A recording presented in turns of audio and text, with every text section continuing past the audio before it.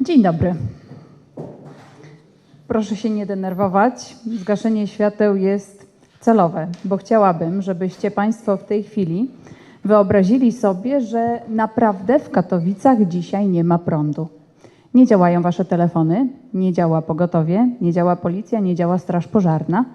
A kiedy Państwo wydostaniecie się na poziom zero schodami, okaże się, że na ulicach panuje chaos, dlatego że nie działa sygnalizacja świetlna. Proszę Państwa, to, co może wydawać nam się fikcją, albo tym, co widzimy w filmach katastroficznych, tym, co jest niemożliwe. Na głównej sesji usłyszeliśmy, że przecież tych ataków na infrastrukturę jest tak mało i możemy je policzyć dwucyfrową liczbą. Ale te zdjęcia, które widzicie Państwo za mną, to prawdziwy blackout, który miał miejsce w 2019 roku w mieście Caracas, które jest 2-milionowym miastem. Przez 5 dni mieli problem z prądem i nie mogli nic z tym zrobić. Proszę Państwa, nazywam się Joanna Wziątek-Ładosz. Jestem specjalistką od spraw cyberbezpieczeństwa i zajmuję się tam już ponad 15 lat. Pracuję w radiu, mam podcast radiowy dla Polskiego Radia, również o cyberbezpieczeństwie. Wykładam na polskich uczelniach, a w ubiegłym roku skończyłam podyplomowe studia na najlepszej technicznej uczelni świata, czyli Massachusetts Institute of Technology.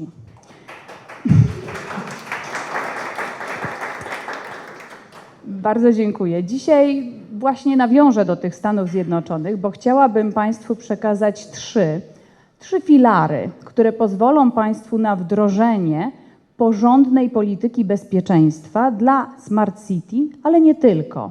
Bo przecież dobrze wiemy, że Smart City jest po prostu bardzo złożonym organizmem, który ma urządzenia z automatyki przemysłowej, który ma urządzenia IoT, monitoring, ale jest tam też mnóstwo zwykłych urządzeń informatycznych, takie jakie znamy z czystej informatyki.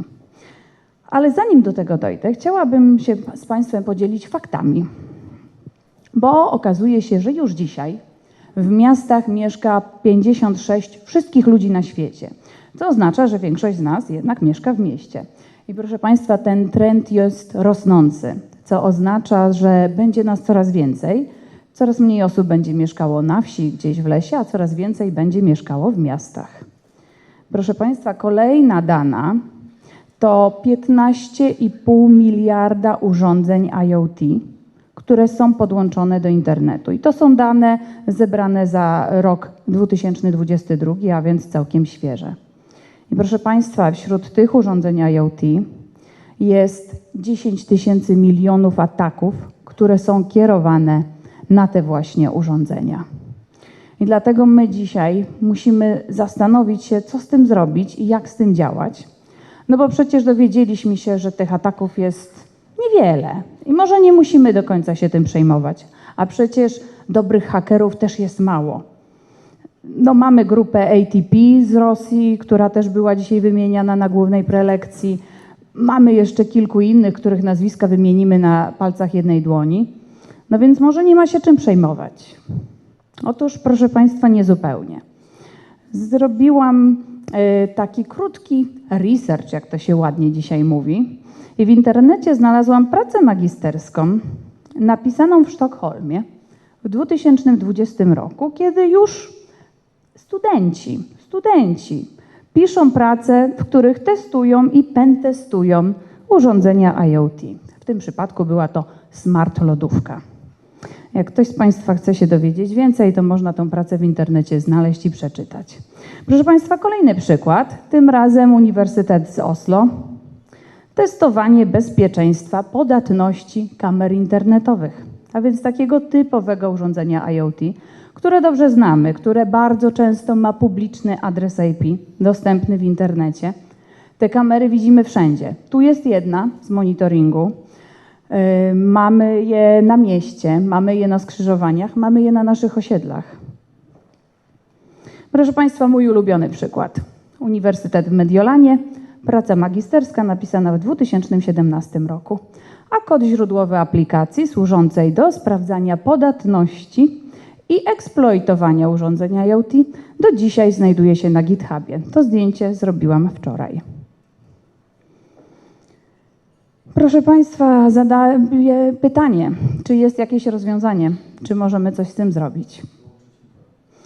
Możemy wyłączyć internet, ale idea Smart City, którym są chociażby Katowice, mimo że bez certyfikacji, bo certyfikacją chwali się Warszawa, Gdańsk, Katowice nie, ale Katowice też mają wdrożony system, który między innymi monitoruje to, co dzieje się na ulicach.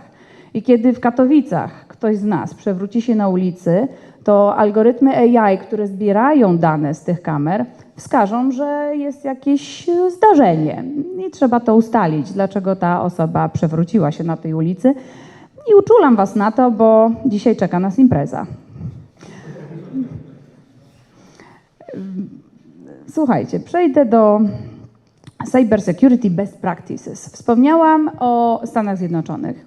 I słuchajcie, tak się składa, że w ubiegłym miesiącu, bo dokładnie 19 kwietnia, amerykańskie instytucje rządowe, to jest na stronie CISA.gov, ale we współpracy z agencjami do spraw cyberbezpieczeństwa z Nowej Zelandii, z Australii, z Kanady i z Wielkiej Brytanii przygotowały program, jak dobrze zaprojektować Smart City. I ja przejrzałam cały ten dokument, właściwie przeczytałam go od deski do deski. Nie jest bardzo długi, więc też możecie się pokusić na to. I zebrałam najważniejsze rzeczy. Te 3 podstawowe filary, o których wspomniałam na początku, teraz Wam przekażę. Pierwsza i najważniejsza sprawa, bezpieczne planowanie i projektowanie. Fajnie brzmi, tylko że my nie jesteśmy w Abu Dhabi i nikt z nas nie projektuje miasta od zera na pustyni. Musimy radzić sobie z tym, co już mamy. Ale ponieważ musimy sobie radzić z tym, co już mamy, musimy pamiętać o zastosowaniu zasady najmniejszych uprawnień. Tej samej, którą znamy z informatyki. To jest dokładnie to, o czym mówił mój przedmówca na głównej scenie, o tej cebulce, o tym, że musimy stosować warstwy do ochrony. I ta jedna z tych warstw to najniższe uprawnienia. Nie powinniśmy pracować na kontach administratora, ani roota, ani tych, które mają bardzo wysokie przywileje, a liczba tych kont powinna być ograniczona. Kolejny aspekt, który jest wymieniony w tym dokumencie, który jest napisany, to wymuszanie uwierzytelniania dwuskładnikowego. I znowu nie jest to nic nowego dla większości z nas tutaj siedzących, ale należy o tym pamiętać. Kiedy wdrażacie jakieś nowe systemy, kiedy już te, które są w tej chwili, jeżeli jest taka możliwość, trzeba to zrobić. A dlaczego? Pamiętacie o tych kamerach, kiedy Wam mówiłam, o publicznych adresach IP? Są gotowe skanery w internecie, które szukają tego typu urządzeń i mogą Wam je wskazać. I teraz jeżeli haker, który posłuży się gotowym narzędziem, które znajdzie sobie nawet na GitHubie, jak się okazuje, w postaci pracy magisterskiej, nie musi iść do darknetu, zaloguje się na to konto, będzie próbował hasłami słownikowymi, wykorzysta jakąś inną metodę, to się zaloguje i się dostanie do systemu. I to, co dzisiaj też było powiedziane na głównej scenie, będziemy mieli do czynienia z lateral movement, co oznacza, że dostanie się ktoś do jednej sieci, na podstawie uprawnień będzie się mógł przenieść dalej. Jeżeli wprowadzimy uwierzytelnianie dwuskładnikowe, zabraknie mu tego drugiego elementu, który bardzo często jest fizycznym elementem. To jest albo telefon, albo token, albo certyfikat. Dlatego pamiętajmy o tym. Kolejny element to zerowe zaufanie, zero trust. I też dzisiaj na głównej scenie była już o tym mowa. Nie ufamy. Najpierw sprawdzamy, czyli uwierzytelnianie i weryfikowanie, do czego dana osoba ma mieć dostęp. Nie dajemy niczego by default. I ja wiem, że w infrastrukturze OT to jest często niemożliwe, bo ona jest w inny sposób zaimplementowana. I to, co my mamy w Smart City, to jest to, o czym było mówione na scenie, że jednak te światy IT i OT są połączone. Ale jeżeli mamy do czynienia z informatyką i systemami technologicznymi, to musimy je w jakiś sposób próbować odseparować. Te zony, które wymieniał mój przedmówca, to jest jedna z takich metod, a do tego wdróżmy to Zero Trust. Kolejny element, który jest wymieniony w dokumencie, to zmiany ryzyka, więc zarządzanie ryzykiem związanym z architekturą wewnętrzną. Przecież miasto jest żywym organizmem, ono się zmienia. Te kamery mogą się psuć, te czujniki mogą się psuć, ale może je też ktoś zepsuć celowo, tak? To nie musi być tak, że ten hardware się sam psuje. Dlatego osoba, która zarządza tak złożoną infrastrukturą, nie tylko miejską, bo przecież w organizacji też wiecie, że tych urządzeń jest multum. Musicie wiedzieć, co gdzie jest i musicie wiedzieć, co jest gdzie wymieniane, jakie uprawnienia, jaka tam jest wersja oprogramowania. To są takie podstawy, jakby nam się wydawało, ale one stanowią o tym, czy ta infrastruktura ostatecznie będzie bezpieczna, czy też nie. Bezpieczne zarządzanie zasobami to jest też połączone z tym poprzednim tematem, ponieważ może się okazać, że ktoś celowo będzie chciał coś ukraść albo podmienić. I tutaj też musimy brać pod uwagę, że czy infrastruktura krytyczna, czy miasto, to mogą być cele ataków przeróżnych, bo tu wiecie, celów to może być dużo, to niekoniecznie musi być zaraz haker, to może być jakiś aktywista, któremu nie podoba się elektrownia, którą gdzieś budujemy obok, albo prezydent miasta. Więc takie aspekty też osoby zajmujące się cyberbezpieczeństwem muszą brać pod uwagę. Słuchajcie, ochrona usług internetowych. Cała ta infrastruktura IoT, te kamery, ten monitoring, przecież te dane są przesyłane łączami internetowymi, bo inaczej nie da się tego przesłać. W tej chwili będziemy mieli 5G, więc będzie to jeszcze szybsze, jeszcze łatwiejsze i już na zachodzie widać, że wzrost liczby tych urządzeń rośnie w bardzo dużym tempie. I musimy zadbać o to, żeby te usługi były od zaufanych dostawców, a żeby do takiego kabla czy przełącznika nie mogła tak po prostu dostać się koparka, która go przerwie, ani jakiś brajanek z sąsiedniej klatki. Słuchajcie, taka podstaw, ostatnia rzecz, instalowanie aktualizacji systemów i aktualizacji. No i to jest bardzo ciekawy wątek, zwłaszcza jeżeli chodzi o infrastrukturę OT i IoT, bo o ile w Windowsie, w Linuxie, czy nawet w jakimś tam mniejszym oprogramowaniu patche są dostępne, jest jeszcze tylko decyzja, czy instalować, kiedy instalować i jak szybko, ale ten wątek pominiemy. Natomiast dla urządzeń IoT tych patchy może po prostu nie być, a jeżeli będą, to może się okazać, że instalowanie ich jest niemożliwe, albo są jakieś inne powody, na przykład tam jest jakieś oprogramowanie, którym steruje, nie można zatrzymać procesu sterowania. No, sami wiecie, z jakich powodów nie można tego zrobić i wtedy musicie wdrożyć jakieś inne środki. To ryzyko trzeba obniżyć. Można to zrobić na wiele sposobów. Najprostszy to właśnie stosowanie wielowarstwowej architektury, która odetnie dostęp do tych urządzeń, a Amerykanie mówią wprost, najlepiej odizolować. A pamiętajcie, że ten dokument powstał miesiąc temu.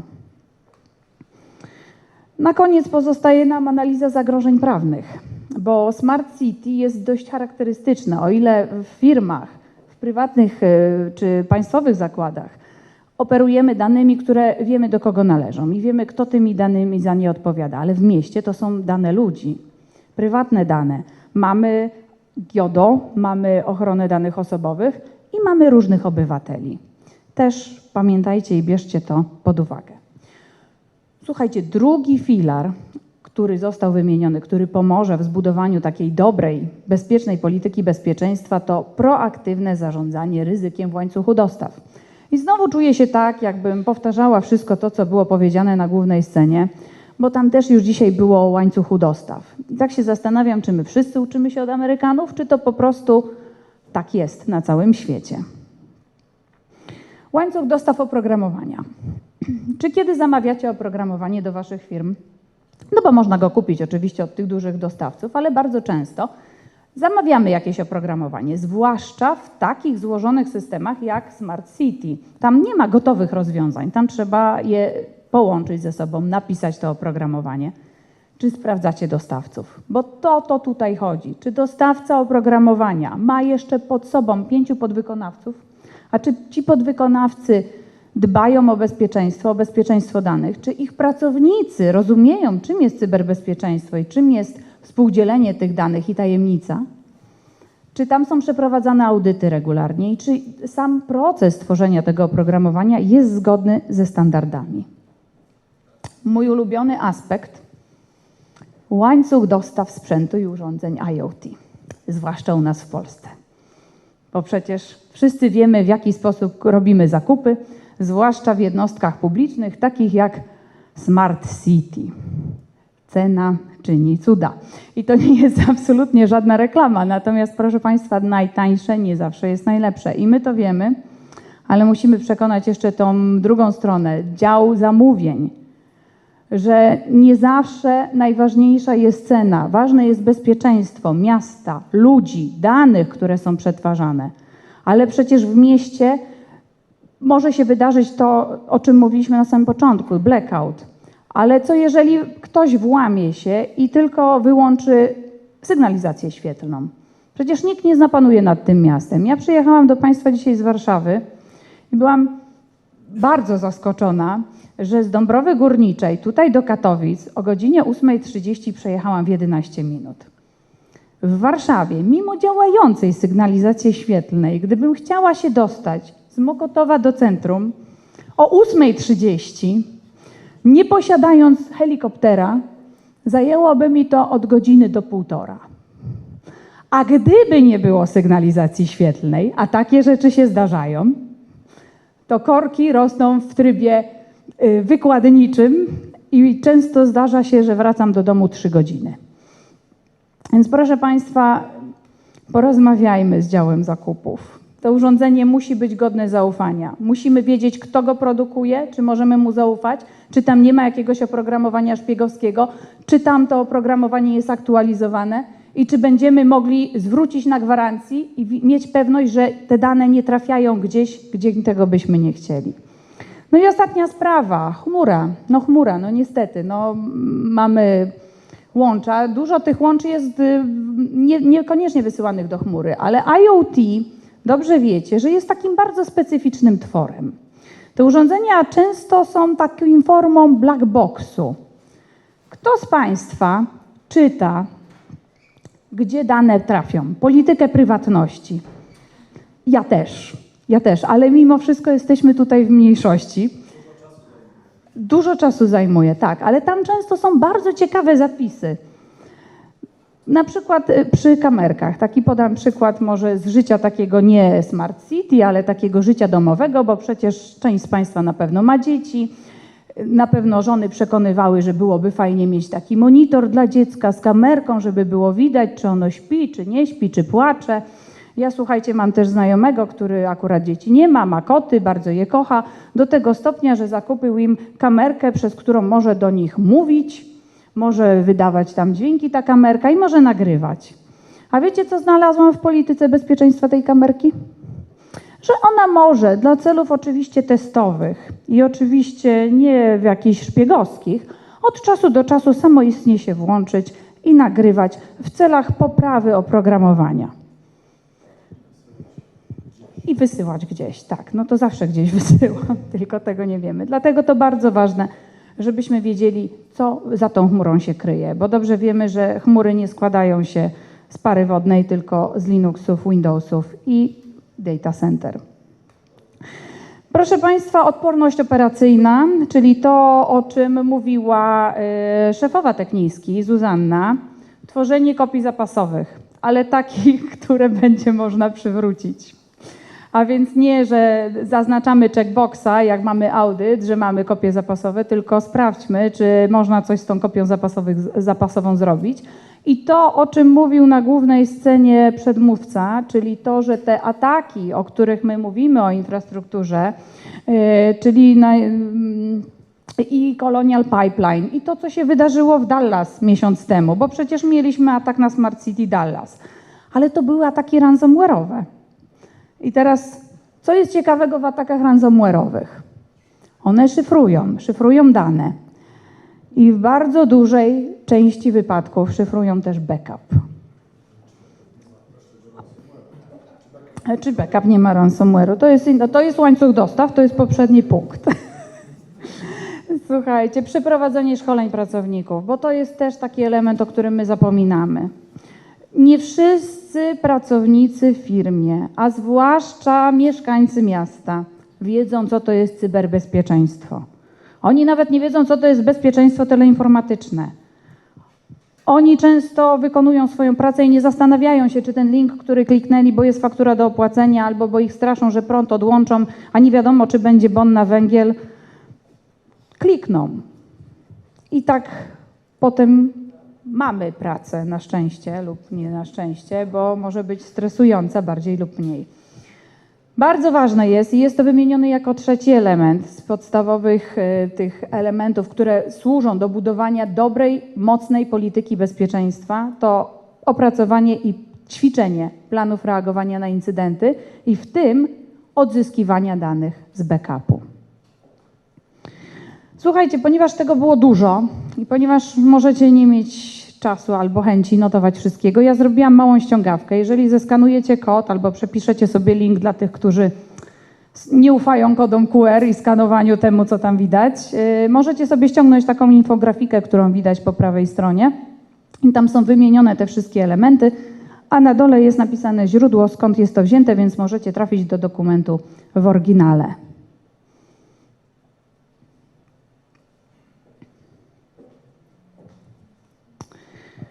Mam jeszcze jeden dokument, bo przecież ta prezentacja miała być o IoT, nie tylko Smart City.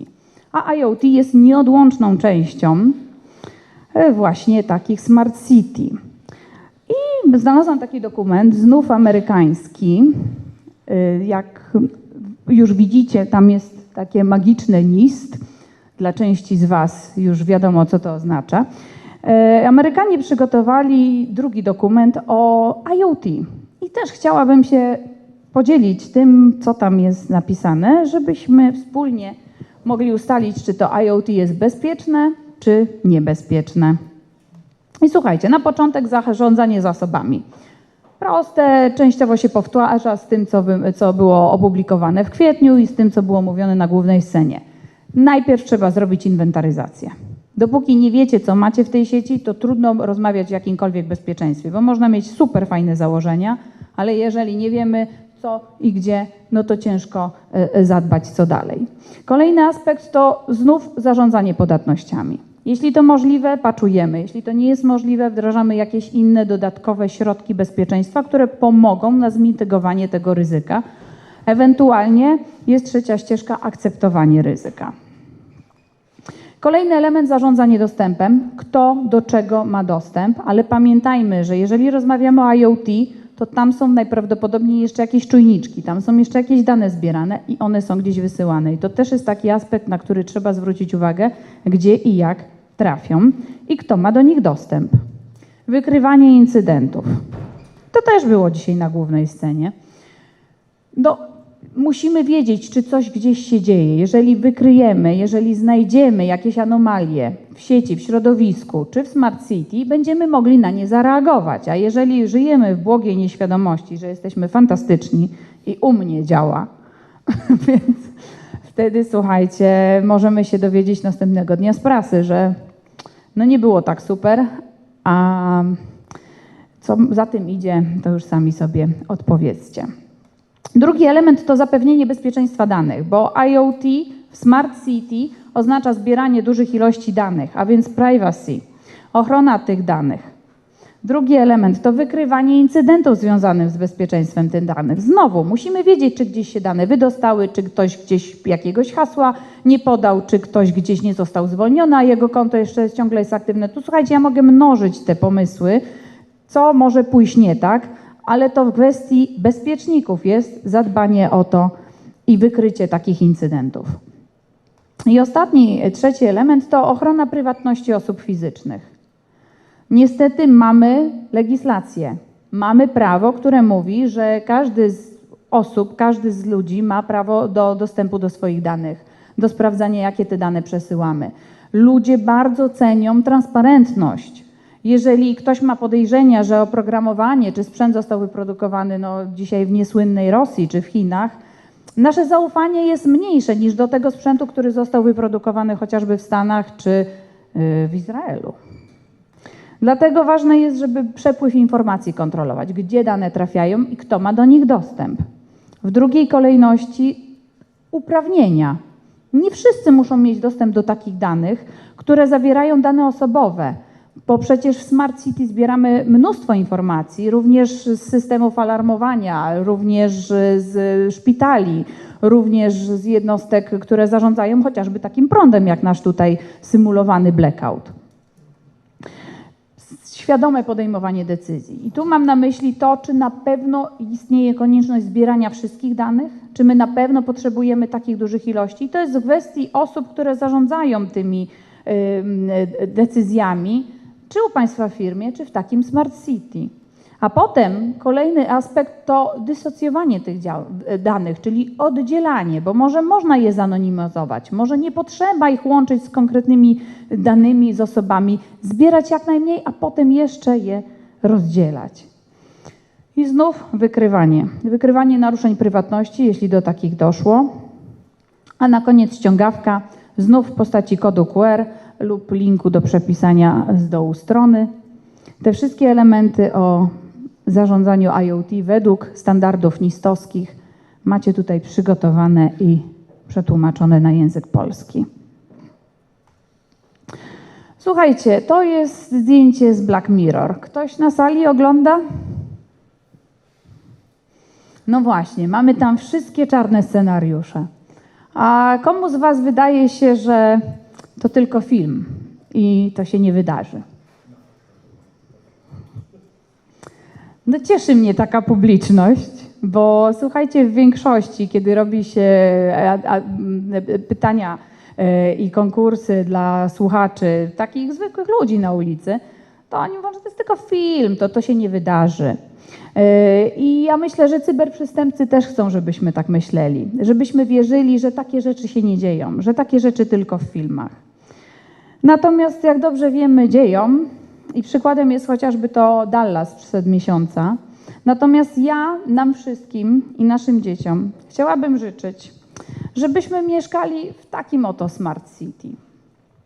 W takim Smart City, które już dzisiaj wie, że ludność się starzeje i że już w tej chwili 65% mieszkańców Singapuru, bo to Singapur, jest powyżej 65 roku życia i już dzisiaj mogą zamawiać sobie autonomiczne taksówki, samochody bez kierowcy, które zawożą te starsze osoby do lekarza.